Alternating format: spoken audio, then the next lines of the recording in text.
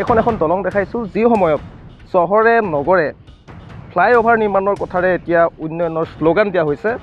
সেই সময়ত অসমৰ গ্ৰাম্য অঞ্চলসমূহ বা গ্ৰাম্যাঞ্চলৰ যি যাতায়াত ব্যৱস্থা, সেই যাতায়াত ব্যৱস্থাৰ যি স্বৰূপ, তাৰ এটা উৎকৃষ্ট উদাহৰণ হৈছে এই দলংখন। এতিয়া আমাৰ বিশেষ হ'ল দলংখন, অৰুণোদয়তকৈ গুৰুত্বপূৰ্ণ দলংখন। গতিকে আমাৰ বহুত দুখ হৈছে। আৰু কি ক'ম মই, আপোনালোকে আমি মানে পিছপৰা গাঁও, আমাক এনেকুৱা এটা এই দলংখনৰ ভাবুকিকে দেখুৱাই যদি আপোনালোকে এইটো নকৰে এইটো নহ'ব, এইটো নকৰিলে এইটো নহ'ব, দলংখনকে আশাবাদী কৰি যিটো দলে আমাক কিবা এটা হেৰি দেখুৱাই সেইটো দলৰ ওচৰলৈকে আমি যাবলগীয়া হয়। আমাৰ ঘৰ নালাগে, কিবা সা সম্পত্তি নালাগে, কিবা নালাগে, কিমান নালাগে, কিন্তু দলংখন যদি হৈ যায়, বিশেষ ল'ৰা ছোৱালীখিনি শিক্ষাৰ জগতত যিটো আপোনাৰ এতিয়া প্ৰভাৱ, সেই প্ৰভাৱটোৰ কাৰণে আমি হাজিৰা মাজিৰা কৰি ল'ৰা ছোৱালীক শিক্ষা দিবলৈ চেষ্টা কৰিছোঁ। শিক্ষা দিবৰ ক্ষেত্ৰতো আমাৰ বহুত অসুবিধা আহিছে। কথা হ'ল কি, খৰালি হ'লে যেনে তেনে আহিব পাৰে, যে পানী বঢ়াৰ লগে লগে আৰু ল'ৰা ছোৱালী স্কুল আহিব নোৱাৰে। আৰু কোনোবা যদি আপোনাৰ স্বাস্থ্য অসুবিধা হ'লে আমি কি কৰিব লাগে, কি আপোনাৰ তাৰপৰা আনি যেনে তেনে চাইকেলত লৈ আহোঁ, এডোখৰ টকা আনিব নোৱাৰোঁ, বুকচাত আনিবলগীয়া হয়। কেতিয়াবা আপোনাৰ বুকচাত আনিবলগীয়া হয়, পাৰ কৰিব নোৱাৰি, আকৌ এই কলগছ আছে, কলগছ কাটি ভুল বনাই তেতিয়া আনিবলগীয়া হয়, পাৰ কৰিবলগীয়া হয়। গতিকে এইবিলাক মনৰ দুখত আপোনাৰ থাকি আমি মানে বহুত দুখিত হৈছোঁ। এইখিনি মানে আমাৰ দলীয় যিখিনি নেতাকৰ্মী যিসকল আছিলে, তেখেতলোকৰ লগত আমি একেৰাহে ঘূৰিয়ে ফুৰোঁ, কিন্তু তেখেতলোকে এই দলংখনৰ কাৰণে বহুত আমি তেখেতলোকক মানে আনন্দ বিনন্দ কৰিছিলোঁ। তেখেতলোকেও কিহৰ কাৰণে নাজানো, কিন্তু আমাক এইটো ব্যৱস্থা আচলতে চৰকাৰৰ ফালৰ পৰা আমাৰ আনি দিবলৈ বৰ্তমান সক্ষম হোৱা নাই। তথাপিতো আজি অত বছৰ হ'ল আপোনাৰ বাঁহৰ দলংখন আমি কোনো পধ্যে লাগি বহুতো অনুৰোধ কৰিও এইখন বাঁহৰ দলং কিন্তু আমি আজিলৈকে আমি মানে সুবিধা কৰিব পৰা নাই। গতিকে এতিয়া খৰালি হ'লে যেই নহওক নামি যাব পাৰি, কিন্তু বাৰিষা হ'লে আমাৰ ল'ৰা ছোৱালী স্কুল যোৱাটো বৃহৎ অসুবিধা, ল'ৰা ছোৱালী যাব নোৱাৰে। গতিকে আমাৰ আশা পূৰ হ'ব নহ'ব আমি নাজানো। নমস্কাৰ, মই গৌতম প্ৰতিম গগৈ। ৰাজ্যজুৰি বৰ্তমান পঞ্চায়ত নিৰ্বাচনৰ ঢৌ, আৰু আমিও পঞ্চায়ত নিৰ্বাচনৰ খবৰ ল'বলৈ বৰ্তমান আহি উপস্থিত হৈছোঁহি লখিমপুৰ জিলাত। মই বৰ্তমান উপস্থিত আছোঁ লখিমপুৰ জিলাৰ মধ্য নাওবৈচা পঞ্চায়তৰ অন্তৰ্গত টকৌগুৰি গাঁৱত। আমি এই টকৌগুৰি গাঁৱলৈ নিৰ্বাচনৰ খবৰ ল'বলৈ আহিছিলোঁ, আৰু আহি থকা অৱস্থাতে আমি এখন দলং দেখা পালোঁ। প্ৰথমতে আমি আপোনালোকক দলংখন দেখাম। এখন দলং দেখাইছোঁ যি সময়ত চহৰে নগৰে ফ্লাইঅভাৰ নিৰ্মাণৰ কথাৰে এতিয়া উন্নয়নৰ শ্লোগান দিয়া হৈছে। সেই সময়ত অসমৰ গ্ৰাম্য অঞ্চলসমূহ বা গ্ৰাম্যাঞ্চলৰ যি যাতায়াত ব্যৱস্থা, সেই যাতায়াত ব্যৱস্থাৰ যি স্বৰূপ, তাৰ এটা উৎকৃষ্ট উদাহৰণ হৈছে এই দলংখন। বৰ্তমান এই স্থানত এই অঞ্চলটোৰ স্থানীয় বাসিন্দাসকল উপস্থিত আছে। আমি তেওঁলোকৰ লগত কথা পাতিম, তেওঁলোকৰ লগত আমি পঞ্চায়তৰ কথা পাতিম, পঞ্চায়ত নিৰ্বাচনত এইবাৰ কি হ'বলৈ গৈ আছে সেই সন্দৰ্ভত আমি কথা পাতিম। কিন্তু তাৰ পূৰ্বে আমি তেওঁলোকৰ পৰা জানিবলৈ চেষ্টা কৰিম এই দলংখনৰ কথা। আপোনালোকৰ ওচৰলৈ আহিছোঁ, দলংখনৰ কথা সুধিম। কেতিয়াৰ পৰা কেনেকৈ দলংখন এনেধৰণে আছে? হয়, নমস্কাৰ। কেতিয়াবা মানে এইখন দলংটো মোৰ জন্ম হোৱা এতিয়া প্ৰায় 49 হৈছে। গতিকে আমি জন্মৰ পৰা প্ৰথমতে দেখিছিলোঁ মানে বাঁহৰ সাঁকোৰ পিছৰ পৰা আমি আৰম্ভ কৰি এতিয়ালৈকে বাঁহৰ দলং বনাওঁতে আমাৰ অৱস্থা বেয়া। দলং দুখন আছিলে, নিশ্চয় আপোনালোকে আহোঁতে আৰু এখন দলং পাই আহিছে। সেইখন ইতিমধ্যে পকা দলং হৈ গৈছে। আজি যোৱা 2017-18 চনত সেইখন পকা দলং হৈছে। ইতিমধ্যে এইখন দলং আমাৰ হ'বলৈ বাকী আছে, আৰু এই দলংখনৰ কাৰণে আমি বহুত চেষ্টা কৰি আছোঁ। কিন্তু যোৱা গত কংগ্ৰেছ চৰকাৰত 15টা বছৰ গ'ল, আমি তেতিয়া বাৰু একোৱেই নাপালোঁ। কিন্তু যোৱা 10 বছৰৰ আমি বিজেপি চৰকাৰ দিনত ক'বলৈ আমি সেইখন দলং পাইছোঁ। আৰু কিন্তু আমি এটাই এতিয়াও দূষিত হৈ আছোঁ যে আমাৰ এটা ভৰি আছে, আমাৰ এটা ভৰি নাইকিয়া লিখা হৈ আছে। গতিকে এইখন দলং নোহোৱাৰ বাবে আমাৰ যথেষ্ট অসুবিধা হৈছে। গতিকে ভাবিছোঁ আমি নিজেই দুৰ্ভগীয়া, আমাৰ দুৰ্ভাগ্য। আমাৰ কিবা এটা মই মনতে ভাবিছোঁ যে আমি কিবা পাপৰ ফলতে আমি আহি আচলতে আমি এনেকুৱা দুৰ্ভগীয়া যাতায়াতৰ অৱস্থাত আমি বাস কৰিবলগীয়া হৈছে। গতিকে আমি নিজে লজ্জিত, কিন্তু এতিয়া কাকনো কি ক'ম। তথাপিতো আমি এতিয়া আশাবাদী, যে আমি আশাবাদী মানে এইকাৰণে হৈছোঁ যে এতিয়া এই মুহূৰ্তত অৱশ্যে আমি এতিয়া আপোনালোকৰ চেনেলক কথা কোৱাৰ ধৃষ্টতাটো আমাৰ প্ৰায় নায়েই।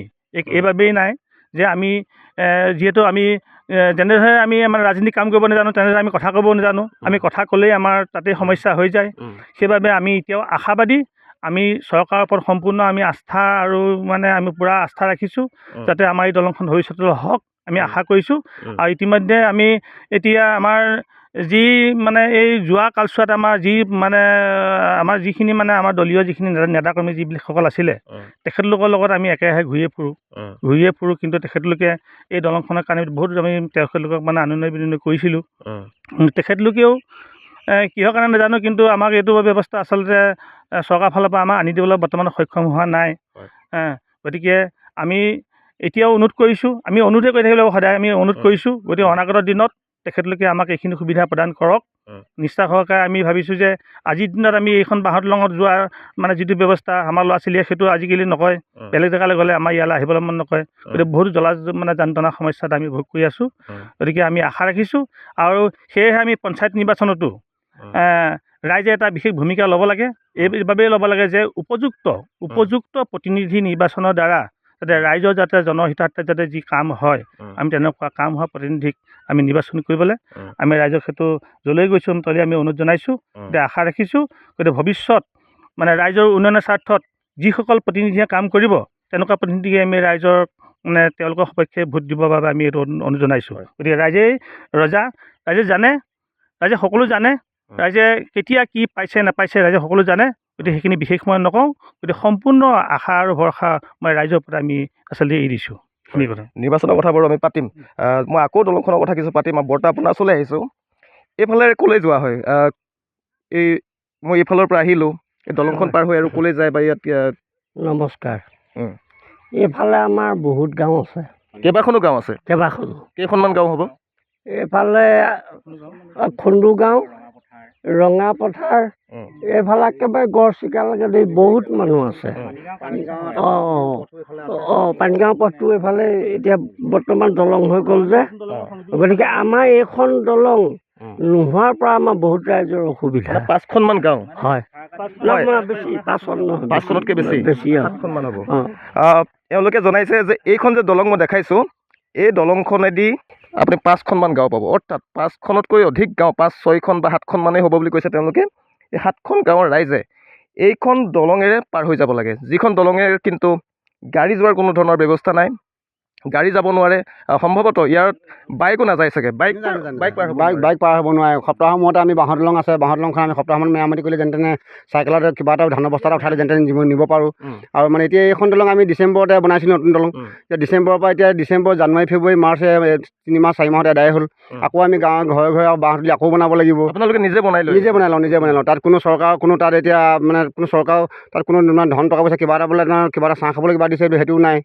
কথা হ'ল কি আমি এইটো কাৰণে আমি আজি কষ্ট কাৰেণ্টৰ আপোনালোকক আমি হেৰিয়ৰ নিউজক আমি ধন্যবাদ জনাইছোঁ। কিন্তু আমি মানে প্ৰতিটো চেনেলকে ধন্যবাদ জনাই আমি মানে ভাগৰি গৈছোঁ। কিমান হেৰি জনাম আৰু মানুহকনো কিমান ৰাইজক আমি অনুৰোধ জনাম যে আমাৰ এইকেইটা কাম কৰি দিয়ক, এইটো কৰক, এইটো কৰি দিয়ক। আমাক অন্য নালাগে। বিশেষ যাতায়াতৰ পথটো যেতিয়া আমাৰ যি মানে সুবিধা হ'লহেঁতেন তাতকৈ আমাৰ ডাঙৰ সম্পত্তি একোৱেই নালাগে। এতিয়া আমাৰ এইটো পথেৰে যিটো ৰঙানদী পানীগাঁৱৰ যিখন আমাৰ দলং নিৰ্মাণ হ'ল, নতুন দলং, ৰঙানদী আৰু পানীগাঁৱলৈ যোৱা যিটো মানে দলং নিৰ্মাণ হ'ল, এইটো সেই তালৈ যোৱা এটা পথ আমাৰ এইটো এটা সংযোগী পথ আছে। গতিকে এইখন দলঙেদি পাৰ হৈ গৈ বহু খুন্দু গাঁও, ৰঙাপথাৰ, গেলাহাটী, আহুমনি, এইফালে খাৰকাটি, বালিজান, বহুতকেইখন গাঁও, 8-10খন গাঁৱত থিয়েটাৰ পোৱাত আছে। আকৌ ইফালে আপোনাৰ পানীগাঁৱলৈ যোৱা সেইটো সংযোগী পথো আছে। তথাপিতো আজি অত বছৰ হ'ল আপোনাৰ বাঁহৰ দলংখন আমি কোনো পধ্যে লাগি বহুতো অনুৰোধ কৰিও এইখন বাঁহৰ দলং কিন্তু আমি আজিলৈকে মানে সুবিধা কৰিব পৰা নাই। গতিকে এতিয়া খৰালি হ'লে যেই নহওক নামি যাব পাৰি, কিন্তু বাৰিষা হ'লে আমাৰ ল'ৰা ছোৱালী স্কুল যোৱাটো বৃহৎ অসুবিধা। ল'ৰা ছোৱালী যাব নোৱাৰে। দলংখন ইয়াত দেখিছে নহয় দলং কি অৱস্থা। এইখন দলং যেতিয়া ভাগি যাব এতিয়া ল'ৰা ছোৱালী স্কুল বন্ধ, কোনো উপায়বিহীন। গতিকে তেনেকুৱাই আমাৰ অসুবিধা। গতিকে আমি সেইটোকে কৈছোঁ, গতিকে যেনে তেনে আমি চৰকাৰে যিটোকে কৈছে সেইটোকে মানিছোঁ। তথাপিতো মানে আমাৰ যাতায়াতৰ পথটো আমাৰ সুবিধা লাগে। আপোনালোকে কৈছে যে 7খনমান গাঁও ইয়াৰ পাছলৈ আছে। এতিয়া এই ওচৰতে থকা যিকেইটা পৰিয়াল আছে, হঠাৎ যদি এগৰাকী কোনোবা ব্যক্তি যদি অসুস্থ হয় বা চিকিৎসালয়লৈ নিবলগীয়া হয়, যদি এখন এম্বুলেঞ্চ আহিব লগা হয়, কি হ'ব? তেতিয়া আৰু কি হয়, আমাৰ চাইকেলত লোড কৰিব লাগে, ঠেলাত ভৰাই আনিবলগীয়া হয়, ঠেলি কাণত মানে মৰা মানুহ নিয়াৰ আগতে নিব লাগে, আনি ইয়াত এম্বুলেঞ্চত উঠাই। এম্বুলেঞ্চ এইখিলৈকে আহিব পাৰিব, ইয়ালৈকে আপোনালোকে চাইকেল বা ঠেলাত আনিব লগা হয়। সেয়াই দুৰৱস্থা। মুঠতে চলি আহিছোঁ এনেকেই। আৰু আগতকৈ বহুতখিনি সেইখন দলং হোৱাৰ পৰা আমি সকাহ পালোঁ। আমাৰ মেইন সমস্যা এতিয়া এইখন দলং যদি হৈ যায় আমাক আৰু বিশেষ নালাগে আৰু গাঁওখনৰ কাৰণে। দলংখন আৰু মানে ৰাস্তাটো যদি আমাৰ উন্নয়ন হয়, আমি ব্যক্তিগত আমাৰ অন্য আৰু নালাগে বুলি আমি ভাবোঁ আৰু। হয়। মোটামুটি হয়, মই আপোনাক সুধিব বিচাৰিছোঁ যে আপোনালোকে বিচৰা প্ৰধান বস্তুটো হৈছে এই দলংখন। হয়। এইবাৰ নিৰ্বাচন আহিছে, আপোনালোকে প্ৰত্যেকবাৰে ভোট দি আছে, হয়তো প্ৰত্যেকবাৰে যিসকলে ভোট বিচাৰি আহে তেওঁলোকে দলংখনৰ কথা হয়তো কয়, কিন্তু কোনোবাৰেই নহয়গৈ।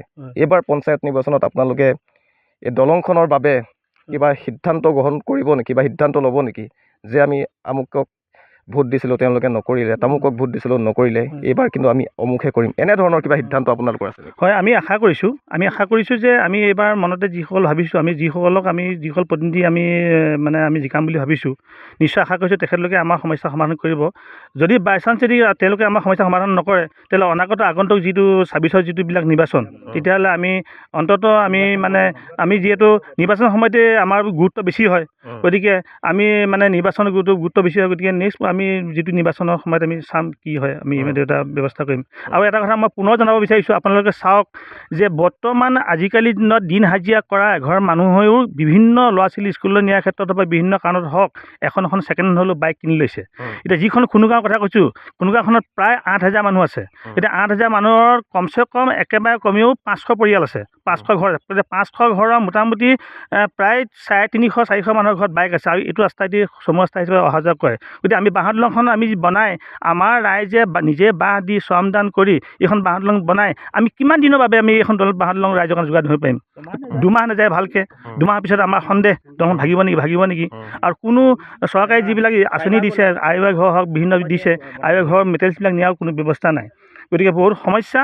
গতিকে আমি অনুৰোধ জনাইছোঁ যে বাঁহৰ দলঙৰ ওপৰত গাড়ী মটৰ বাইক কোনো প্ৰকাৰে নচলে। গতিকে আমি পুনৰ অনুৰোধ জনাইছোঁ যাতে আমাৰ দলংখন যিকোনো যাতে ব্যৱস্থা কৰি দিয়ে, আমাৰ ৰাইজৰ ব্যক্তিগত হিতাধিকাৰী যিবিলাক আঁচনি সেইবিলাক নিদি সমূহীয়াভাৱে যদি আমাৰ এই আঁচনিটোৰ কাম যদি কৰি দিয়ে, ৰাইজ যথেষ্ট সুখী হ'ম। আমি আশা কৰিছোঁ তেতিয়াহে আমাৰ গাঁওখন আমি উন্নয়ন হোৱা বুলি আমি ক'ব পাৰোঁ। সেইটো কথা আপোনালোকে আঁচনি নিবিচাৰে, দলংখন লাগে। আপুনি কৈছে এই কথা যে হিতাধিকাৰী আঁচনি নালাগে, দলংখন লাগে। ইলেকশ্যনৰ হাৱা চাৰিওফালে কি দেখিছে? ইলেকশ্যন এইবাৰ কি হ'ব, কেনেকুৱা হ'ব?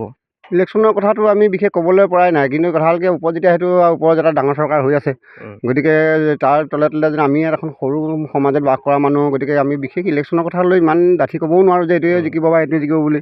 কথা হ'লকে আমি পিছপৰা গাঁও, আমাক এনেকুৱা এটা এই দলংখনৰ ভাবুকিকে দেখুৱাই যদি আপোনালোকে এইটো নকৰে এইটো নহ'ব, এইটো নকৰিলে এইটো নহ'ব, দলংখনকে আশাবাদী কৰি যিটো দলে আমাক কিবা এটা হেৰি দেখুৱাই সেইটো দলৰ ওচৰলৈকে আমি যাবলগীয়া হয়। কথা হ'লকে আমি কোনো দলীয় বুলিও নহয়, নিৰ্দলীয় বুলিও নহয়। কোনোবা এটা দল যদি আপোনাৰ এটা সবলভাৱে আহিছে, তেওঁ কৈছে যে নহয় আমি সদ্যহতে আমি দলংখন এতিয়া যোগাৰ কৰিবলৈ, দলংখন বনাবলৈকে কিছুমানে কৈছে যে টকা 500 দিওঁ, আপোনালোকে শ্ৰমদান কৰক, বাঁহ কিনি দিওঁ, কিবা কৰি দিওঁ। তেনেকুৱা আশাবাদী হৈ পেলাই আমি কিছুমান তেনেকৈ দলীয় হেৰি দি যাবলগীয়া হৈছে, কিন্তু কোনো আমাৰ দলীয় বুলি এখন গাঁৱত হেৰি নাই গম পাইছেনে? গতিকে ভাবিছোঁ আৰু যে ৰাইজ যিফালে যাব আমি সেইফালে যাব লাগিব, নহয় জানো? গতিকে ৰাইজ যিফালে যাব সেইফালে যাব লাগিব। গতিকে আমি আশাবাদী।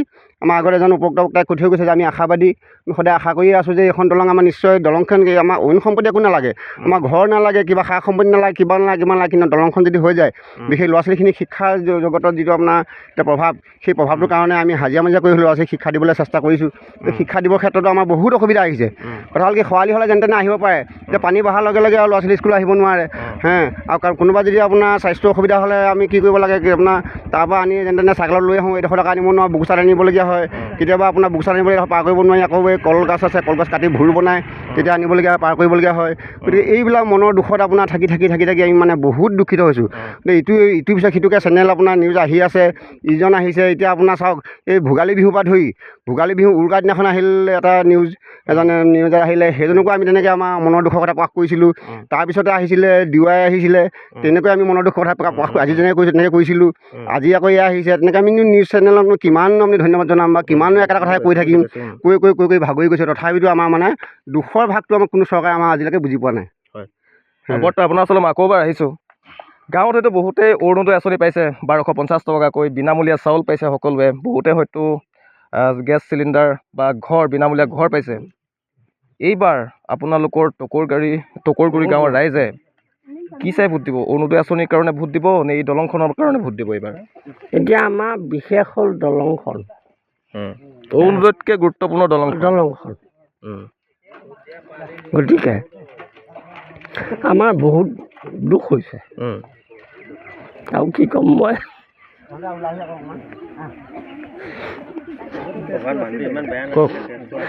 দুখ লাগিছে।